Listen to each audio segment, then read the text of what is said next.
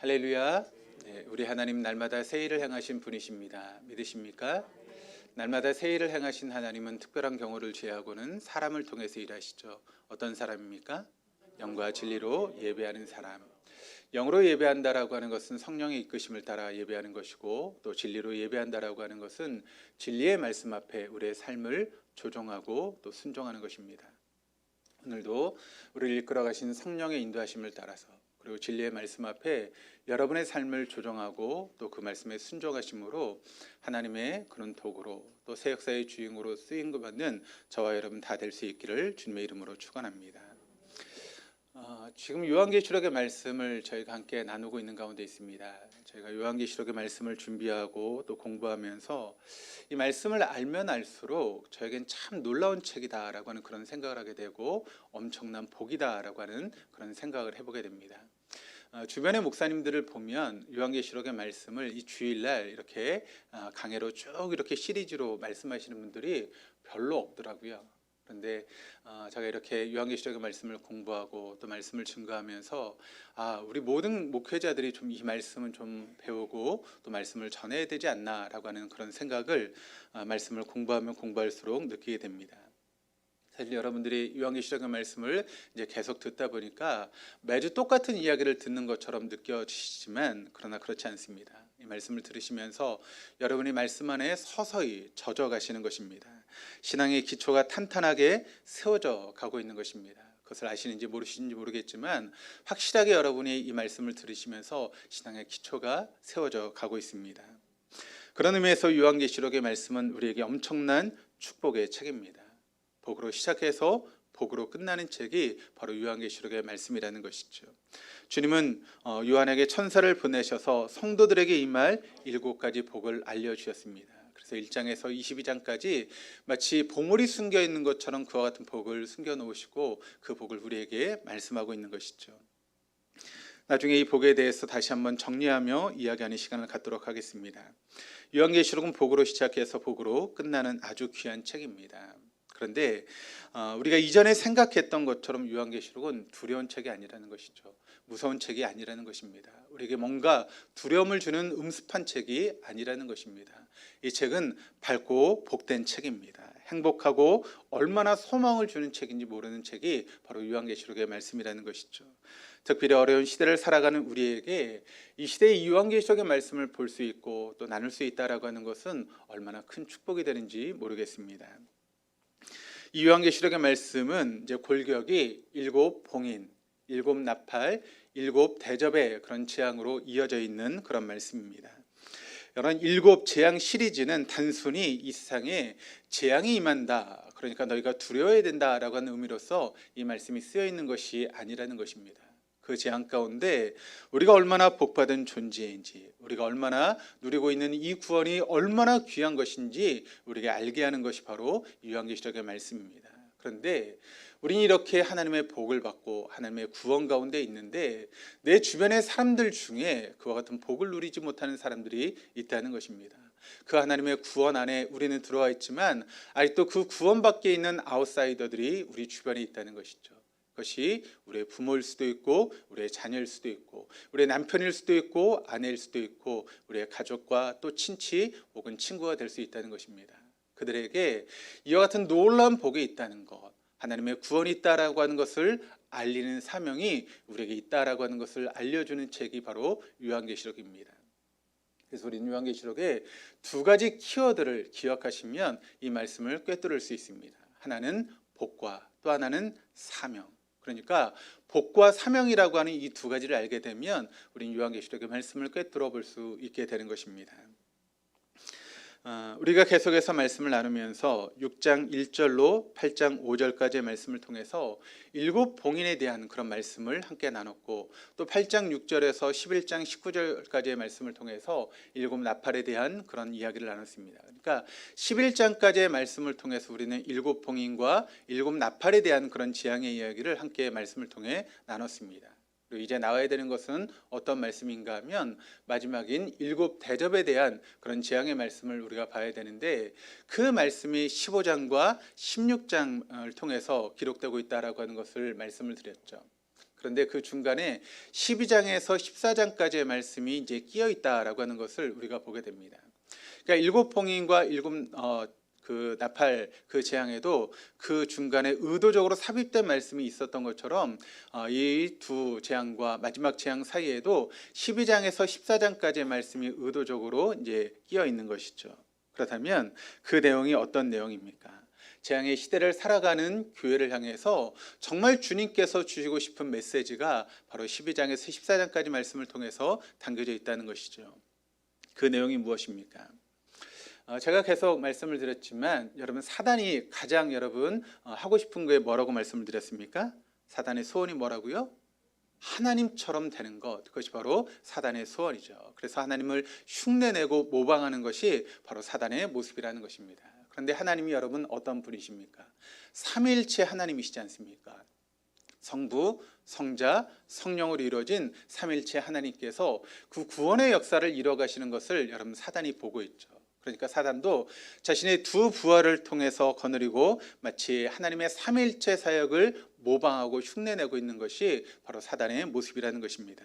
그래서 마귀의 삼위일체 중에서 12장에 등장하는 그 사단은 누구를 대적한다 그랬습니까? 성부 하나님을 대적하고, 또 12장에 나오는 바다에서 올라왔던 그 짐승은 누구를 대적하죠? 성자 하나님이신 예수님을 대적하고, 또 땅에서 올라왔던 그 짐승은 누구를 대적합니까? 바로 성령 하나님을 대적한다라고 말씀을 드렸습니다. 그러나 우리가 이제 보았던 14장 말씀, 지난주에 보았던 14장 말씀을 통해서 고난의 그런 시대를 살아가는 성도들, 그래서 이 땅에서 믿음을 지키고 또 말씀 안에 살아갔던 그 성도들이 결국에는 최후의 승리를 얻게 된다라고 하는 것이 14장의 메시지입니다. 이것이 지금까지 우리가 함께 나눴던 말씀의 내용입니다. 이제 드디어 15장, 16장에 나와 있는 마지막 재앙인 일곱 나팔에 대한 그런 일곱 대접에 대한 그런 말씀을 우리가 보게 될 텐데, 오늘 보게 되는 15장 말씀은 그 말씀의 이제 서론에 대한 그런 이야기고, 이제 실제적인 일곱 대접에 대한 그런 내용은 이제 16장에 이제 들어가서 그 말씀이 나오게 됩니다. 이런 전 이해를 가지고 오늘 본문의 말씀인 15장 말씀을 보게 될 텐데, 우리가 15장 말씀을 보았던 것처럼 15장은 1절에서 8절까지 되어 있는 아주 짧은 장입니다. 그리고 그 내용도 아주 간단합니다. 그 내용을 우리가 간단하게 살펴보면 세 가지로 우리가 보게 되는데, 첫 번째는 우리는 마침내 최후의 승리의 노래인 어린 양의 노래를 부르게 된다라고 하는 것이 이제 이 말씀의 내용이고, 또 두 번째는 그 노래의 내용은 진노하시는 하나님에 대한 관한 것이 바로 그 부르게 되는 노래고, 또 세 번째는 하나님의 진노하신 이유는 우리의 기도를 들으셨기 때문이다라고 하는 것을 이제 이 15장 말씀이 우리에게 증거하고 있습니다. 이 15장의 이제 핵심되는 것이 세 가지인데, 하나씩 우리가 한번 살펴보면 첫 번째는 어린 양의 노래입니다. 우리 1절의 말씀을 같이 한번 읽어보도록 하시겠습니다. 그리고 나는 하늘에서 크고도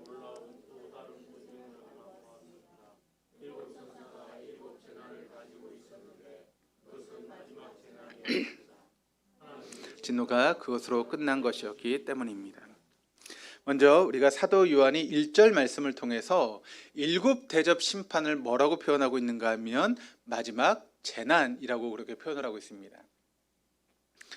제가 말씀을 준비할 때 여러분들이 조금 이해하기 좀 편하도록 세 번역으로 이제 말씀을 준비하고 있는데, 우리가 보는 개정 성경을 보시면 이 부분을 뭐라고 번역하고 있는가 하면 마지막 재앙이라고 그렇게 표현을 하고 있습니다. 그러니까 뭐 마지막 재난이 되었든 마지막 재앙이 되었든 이제 돌이킬 수 없는 마지막 하나님의 심판과 재앙이 일곱 대접 심판을 통해서 이루어지고 있다라고 하는 것을 우리가 말씀하고 있는 것이죠. 계속해서 2절, 3절 말씀을 한번 같이 한번 읽어보시겠습니다. 나는 또 불이 섞인 유리 바다와 같은 것을 보았습니다. 그 유리 바다 위에는 짐승과 그 짐승 우상과 그 이름을 상징하는 숫자를 이긴 사람이 하나님의 검은 고를 들고 서 있었습니다. 그들은 하나님의 종 모세의 노래와 어린 양의 노래를 부르고 있었습니다. 자, 여기서 우리는 두 가지 키워드만 잘 풀면 이 말씀을 이해할 수 있게 되는데, 첫 번째는 불이 섞인 유리 바다, 두 번째는 어린 양의 노래입니다. 먼저 불이 섞인 유리바다라고 하는 것을 보게 되면 여기서 유리바다는 지금 무엇을 가르치고 있는가 하면 하늘을 상징하는 그런 표현이고, 불은 무엇을 상징하는가 하면 하나님의 심판을 상징합니다. 그러니까 이게 어떤 이야기인가 하면 하늘에서의 이제 심판, 그것을 상징하는 것이 바로 불이 섞인 유리바다입니다. 그러니까 요한이 지금 무엇을 보고 있는가 하면 하늘에서 심판이 이루어지고 있는 그런 장면을 이와 같은 모습을 통해서 지금 사도 요한이 보고 있는 것이죠. 이어서 어린 양의 노래, 그러니까 불이 섞인 유리 바다에 짐승과 그 짐승 우상과 그 이름을 상징하는 숫자를 이긴 사람들이 유리 바다 위에서 하나님의 검은고를 켜면서 바로 모세의 노래와 어린 양의 노래를 부르고 있다라고 이야기를 하고 있습니다. 그럼 먼저 여기서 우리는 짐승과 그 짐승의 우상과 그 이름을 상징하는 숫자를 이긴 사람들이 누구인가 라고 하는 것을 먼저 우리가 보아야 되는데, 이런 질문에 대한 대답은 그들이 부르고 있는 하나님의 검은고를 통해서 부르고 있는 노래, 곧 모세의 노래와 어린 양의 그런 노래라고 하는 표현 속에 숨어져 있습니다. 여기 하나님의 종 모세의 노래와 어린 양의 노래가 있는데, 여기서 강조점은 지금 뭘 강조하고 있는가 하면 모세의 노래를 강조하고 있는 것이 아니라 어린 양의 노래를 이제 강조하고 있습니다. 그런데 이 어린 양의 노래를 강조하면서 또 설명하기 위해서 모세의 노래라고 하는 것을 지금 이제 먼저 이야기를 하고 있는 것이죠. 그러니까 모세의 노래라고 하는 것은 어린 양의 노래를 우리가 좀 더 알게 쉽게 하기 위해서 이제 사용하고 있는 도구 같은 것이 바로 모세의 노래인데, 이 모세의 노래는 이제 뭘 의미하고 있는가 하면 출애굽기 15장 1절에서 이제 21절까지의 말씀을 배경으로 이 말씀을 이제 이해하면 좀 쉽습니다. 이스라엘 백성들이 400년 동안 애굽에서 종살이를 했죠. 그렇죠? 그때 하나님께서 그들에게 은혜를 주셔서 모세를 통해서 여러분 출애굽을 하지 않습니까? 하나님이 10가지 재앙을 내리시고 그 10가지 재앙을 통해서 이스라엘 백성들이 출애굽을 하게 됩니다. 그래서 하나님이 약속하신 가나안 땅을 향해 나아가게 되는데, 그들을 가로막고 있었던 것이 여러분 무엇입니까? 바로 홍해라고 하는 바다가 가로막고 있었습니다. 그리고 그 뒤에는 누가 지금 쫓아오고 있죠? 바로의 군대가 그 가나안을 향해 나아가는 이스라엘 백성들을 붙잡기 위해서 쫓아오고 있습니다. 그러니까 앞으로도 가지 못하고 뒤로도 갈 수 없는 진퇴양난의 어려움에 빠지게 된 것이죠. 그때 하나님께서 여러분 어떤 일을 하셨습니까? 모세를 통해서 지팡이를 들게 만드셨고, 그 지팡이를 들었을 때 어떤 일이 벌어집니까? 홍해 바다가 갈라지는 놀라운 기적을 경험하게 되죠. 그래서 물이 기둥처럼 이렇게 서 있는 그 가운데를 이스라엘 백성들이 건너가게 됩니다. 그러면서 어떤 일이 있습니까? 그들을 쫓아오던 바로의 군대가 그 홍해 바다 속에 수장되어지게 되는 것이죠. 그때 여러분 한번 생각해 보시길 바랍니다. 그 홍해 바다를 건너갔던 이스라엘 백성들의 입장에서 보면 그때 여러분 그들의 마음이 어떤 마음이었겠습니까? 자기를 쫓아오던 바로의 군대는 홍해 바다 속에 수장되어졌고, 이제 그들을 가로막는 모든 장애물들은 다 이제 문제가 해결이 된 것이죠. 지금까지 종노릇하던 그 애굽에서 이제는 진정한 자유를 누리게 되는 그런 기쁨이 바로 이스라엘 백성들에게 놓이게 된 것 아니겠습니까? 그때 여러분 그들이 어떻게 했을까요? 환호를 부르고 노래를 부르며 하나님을 찬양하는 그런 놀라운 역사가 있지 않았겠습니까? 얼마나 기쁘겠습니까? 얼마나 감격적이겠습니까? 하나님께서 우리를 구원하셨다, 하나님께서 우리를 도우셨다라고 하는 그런 마음을 가지고 아마 이스라엘 백성들은 뜨겁게 하나님을 찬양하며 하나님께 영광을 돌리는 그와 같은 일이 있었을 것입니다. 그때 불렀던 것이 바로 모세의 노래라는 것입니다. 사도 요한은 최후의 승리를 얻은 사람들이 유리 바다 위에서 노래하는 모습을 설명하기 위해서 어떤 것을 지금 먼저 이야기를 하고 있는가 하면 홍해 바다를 건넜던, 그래서 그들이 불렀던 모세의 노래에 대해서 그들이 이야기를 하고 있는 것입니다.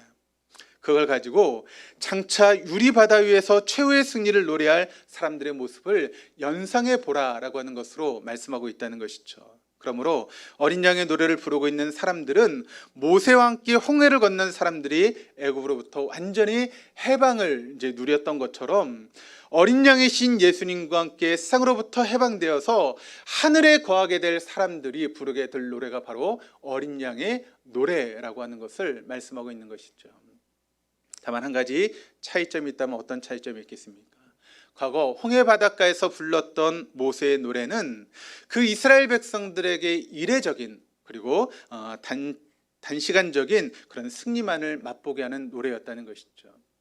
우리가 알고 있는 것처럼 홍해를 건넜던 이스라엘 백성들이 또 가나안 땅을 향해서 40년의 그런 여정을 행해 나갈 때 때론 패배를 당하기도 하고 어려움을 당하기도 하지 않았습니까?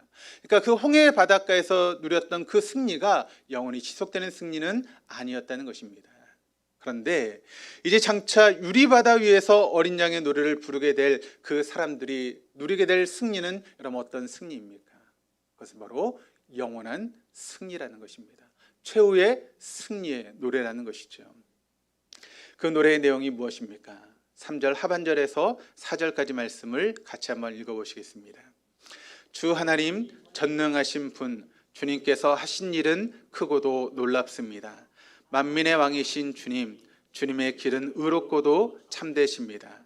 주님, 누가 주님을 두려워하지 않겠습니까?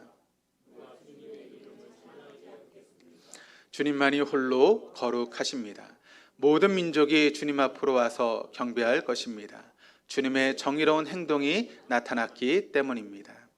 자, 한마디로 그들이 부르고 있는 노래의 핵심은 여러분 뭘 노래하고 있습니까? 주님께서 하신 일은 크고 놀랍다는 것입니다. 주님의 길은 의롭고도 참되다라고 하는 것을 그들이 노래하며 찬양하고 있는 것이죠.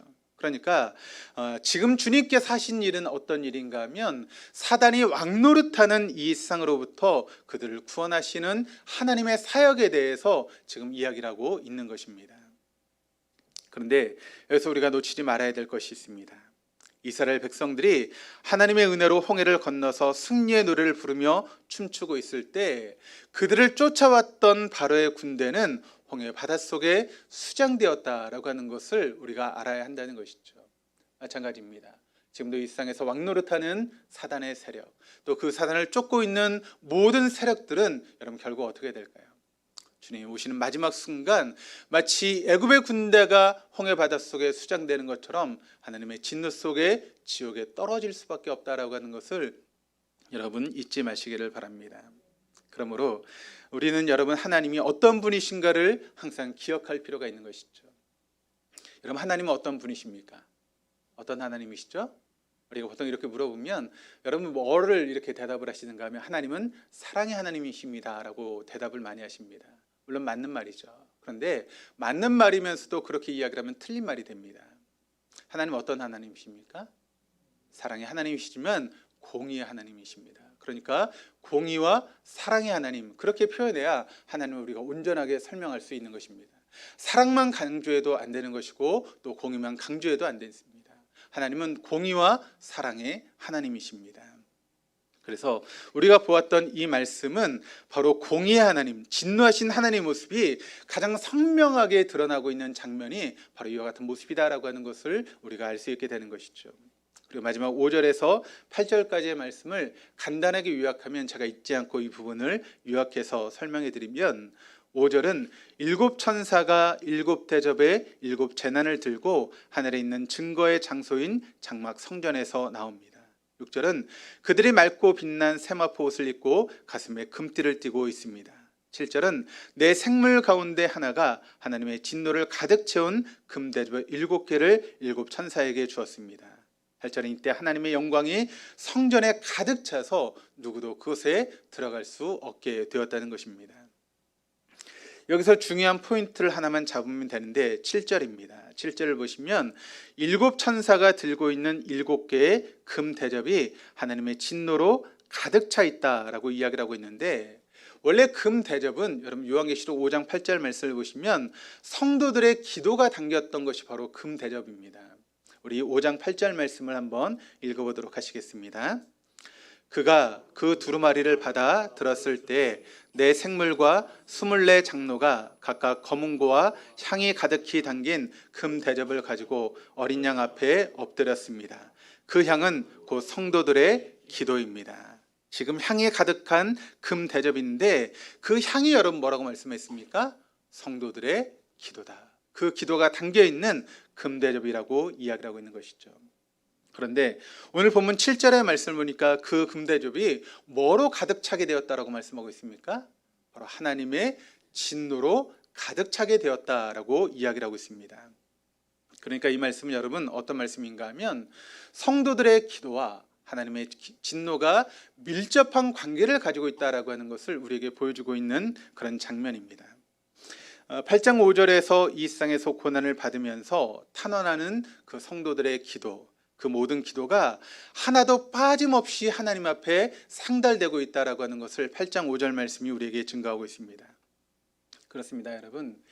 지금 우리가 살고 있는 이 세상은 누가 왕노릇하는 세상입니까? 사단이 왕노릇하는 세상입니다. 그런데 이런 세상 가운데 우리가 믿음을 지키며 살아간다고 하는 것이 여러분 쉬운 일입니까? 어려운 일입니까? 어려운 일이죠. 왜냐하면 이 세상은 믿음 가지고 통용되는 세상이 아니기 때문에 그렇습니다. 오히려 믿음을 가지고 있으면 손해를 보는 세상이 지금 우리가 살고 있는 이 세상입니다. 그래서 믿음을 지키며 살다 보면 손해를 감수해야 됩니다. 억울한 일을 당해야 됩니다. 눈물을 흘리는 일들이 우리에게 있다는 것이죠. 차라리 믿음이 없으면 그런 일을 당하지 않아도 되는데 우리가 믿음 때문에 손해를 봐야 되고 믿음 때문에 하지 말아야 될 일도 있고 또 믿음 때문에 포기해야 될 그런 일들이 우리에게 있다는 것이죠. 그런데 그와 같이 믿음 때문에 우리가 고난을 받고 어려움을 당하는, 그래서 드리는 그 기도를 하나님의 진노와 연결되어 있다는 것입니다. 우리가 드리는 기도를 한번 생각해 보시기를 바랍니다. 여러분, 기도를 드릴 때 어느 때 기도를 많이 하십니까? 막 좋아가지고 감사 기도를 많이 하십니까? 아니면 문제가 생겨서 그 문제를 가지고 하나님께 기도하는 경우가 많습니까? 후자가 많죠. 그렇죠? 우리의 인생 가운데 문제가 있고 어려움이 있을 때 그 문제를 가지고 하나님 앞에 나아가 하나님 나를 도와주십시오. 누가 나를 이렇게 힘들고 어렵게 만듭니다. 누구누구 권사가, 누구누구 집사가, 누구누구 장로가 나를 너무 힘들고 어렵게 만듭니다. 저는 목사님이 나를 너무 고통스럽게 만듭니다. 그러면서 우리가 하나님께 기도할 때가 있지 않습니까? 그런데 그 기도가 하나님의 진노와 밀접하게 연결이 되어 있다는 것입니다. 16장 1절을 보시면 성전에 가서 하나님의 진노가 담긴 7 대접을 땅에 쏟아라 라고 표현을 하고 있습니다. 그러니까 큰 음성이 7 천사에게 울려 퍼지게 되는데 바로 하나님의 본격적인 7 대접의 심판이 16장 말씀을 통해서 이제 시작되고 있는 것이죠. 그렇다면 오늘 본문 말씀이 우리에게 전하고 싶은 메시지는 여러분 어떤 메시지이겠습니까? 하나님의 최후의 심판에 관한 그런 말씀을 우리가 지금 계속 함께 나누고 있는 가운데 있습니다. 7 봉인 재앙, 7 나팔 재앙, 그리고 7 대접으로 이어지는 그런 과정들을 우리가 보고 있는데, 여러분 그 과정들을 우리가 볼 때마다 뭘 느끼게 되는가 하면 뭐 이렇게 떠벌들이면서 하나님이 심판을 하시지? 라고 하는 그런 마음이 들지 않습니까? 처음에 이제 7 봉인을 이제 보게 되면 처음에는 땅의 3분의 1로 재앙이 시작되죠. 근데 그 재앙이 어떻게 됩니까? 바다의 3분의 1로 그리고 천체의 3분의 1로 이제 계속 이어지게 됩니다. 그러다가 이제 그 재앙이 자연에서 시작했던 재앙이 점점 인간에 이제 옮겨가게 되는 것이죠. 그리고 마지막 재앙이 7 대접 재앙 이제 이어지게 되는데 그것은 우리가 다음 주에 구체적으로 보게 될 것입니다. 그런데 그 7 대접 재앙에 이르게 되면 사단의 세력이 한순간에 자취도 없이 사라지게 된다라고 하는 것을 우리에게 말씀하고 있습니다. 그렇다면 여기에 담긴 의미는 여러분 무엇일까요? 왜 하나님이 그렇게 심판에 관한 이야기를 하시는데 감질나게 자꾸 조금씩 그렇게 심판을 행해 나가시는 것일까요? 그 이유가 무엇 때문일까요? 그냥 그 정도 하나님의 능력이면 그냥 한순간에 확 심판을 해버려서 사단도 다 없애버리고 우리가 좀 믿는 성도들이 좀 편하게 이렇게 하면 얼마나 좋겠습니까? 그런데 그 심판을 조금씩 하니까 그 심판의 과정 속에서 우리 믿는 성도들은 어떻습니까? 더 어렵죠. 사단이 마지막 발악을 하니까 더 힘들고 어렵습니다. 왜 하나님께서 이렇게 심판을 하실까요? 마지막 7 대접 심판이 시작되면 그때는 더 이상 돌이킬 수가 없다는 것입니다. 그때는 후회도 소용이 없다는 것입니다. 그러니까 하나님이 이렇게 심판을 더디하시는 이유는 무엇인가 하면 마지막 심판이 이루어지는 7 대접의 심판까지 기회가 남아있다는 것입니다. 그때까지 너희 믿지 않는 가족들을 구원하라는 것입니다. 그때까지 내 주변에 믿지 않는 사람들을 하나님의 구원 안으로 데리고 들어오라고 하는 것입니다. 그래서 하나님은 이렇게 심판을 더디하시는 것입니다. 마지막까지 한 사람이라도 더 구원하기 위해서 하나님의 그 심판을 지연하시면서 이렇게 더디게 심판을 이루어 가시고 있다는 것이죠. 그렇다면 이런 참혹한 심판이 꼭 우리에게 있어야 되는 것입니까? 그렇습니다. 그 이유는 우리 대적마귀에게 속한 사람들은 끝까지 변하지 않기 때문에 그렇습니다.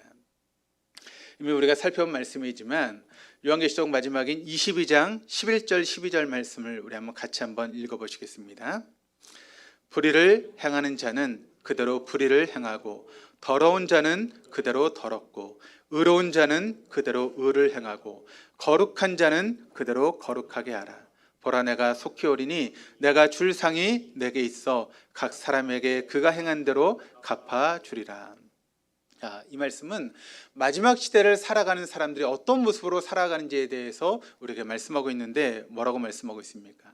마지막 시대에는 불의한 자는 계속해서 불의한 행동을 하게 된다는 것입니다. 그리고 의로운 자는 계속해서 의롭게 삶을 살아간다는 것이죠. 마지막 시대에는 더러운 자는 계속해서 더러운 행동을 한다는 것입니다. 그리고 거룩한 자는 그대로 거룩하게 삶을 살아간다는 것이죠. 그러니까 그들이 결코 변화되지 않는다는 것입니다. 악한 자는 계속해서 악한 일을 하고 선한 자는 더욱더 선을 추구하는 그런 삶을 살아간다라고 하는 것이 바로 주님의 진단입니다.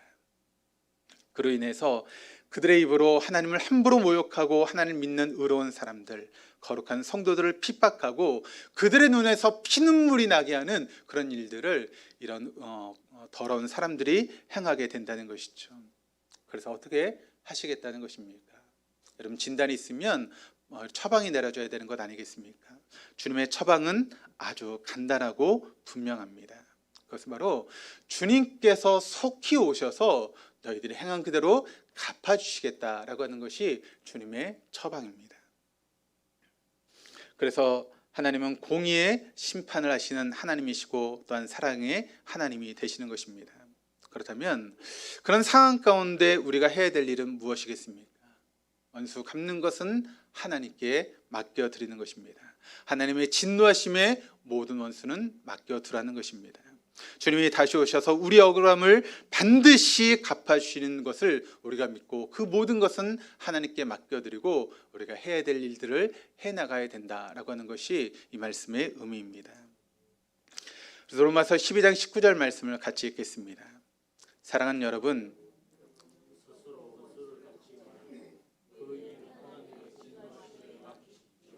성경에도 기록하기를 원수 갚는 것은 내가 할 일이니 내가 갚겠다고 주님께서 말씀하신다 하였습니다.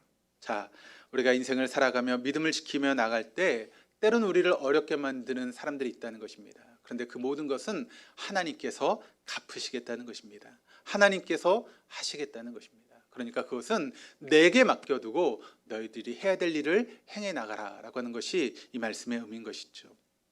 그러니까 힘들고 어렵지만 믿음을 지키며 살아가는 것이 때론 눈물을 흘려야 되는 그런 어려움의 시간이지만 그럼에도 불구하고 참고 인내하며 기다리며 이 믿음의 길을 걸어가야 된다라고 하는 것이 이 말씀의 의미입니다. 왜 그렇게 해야 됩니까? 우리를 넘어뜨리려고 하는 사단 마귀가 지금도 우리를 미혹하며 유혹하기 때문에 그렇습니다.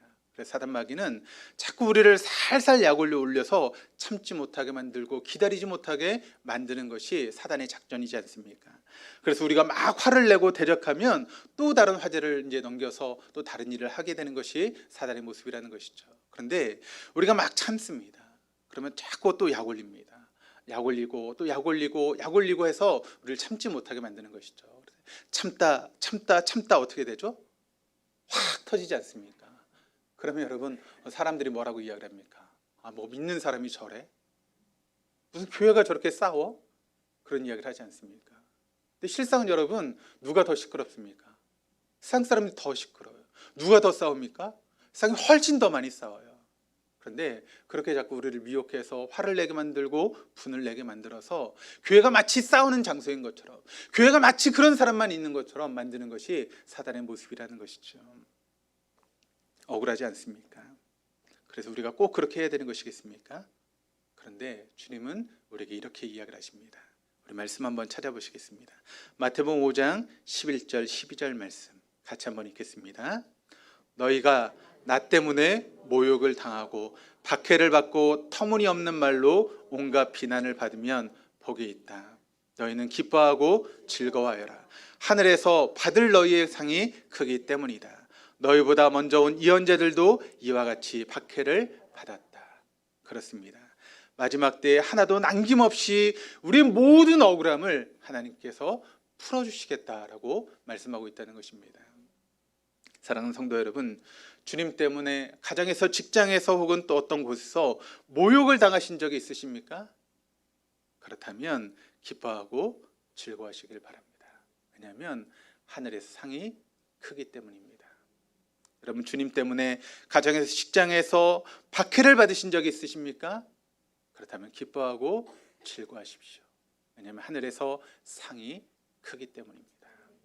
여러분, 주님 때문에 가정에서, 직장에서 터무니없는 말로 비난을 받아보신 적이 있으십니까?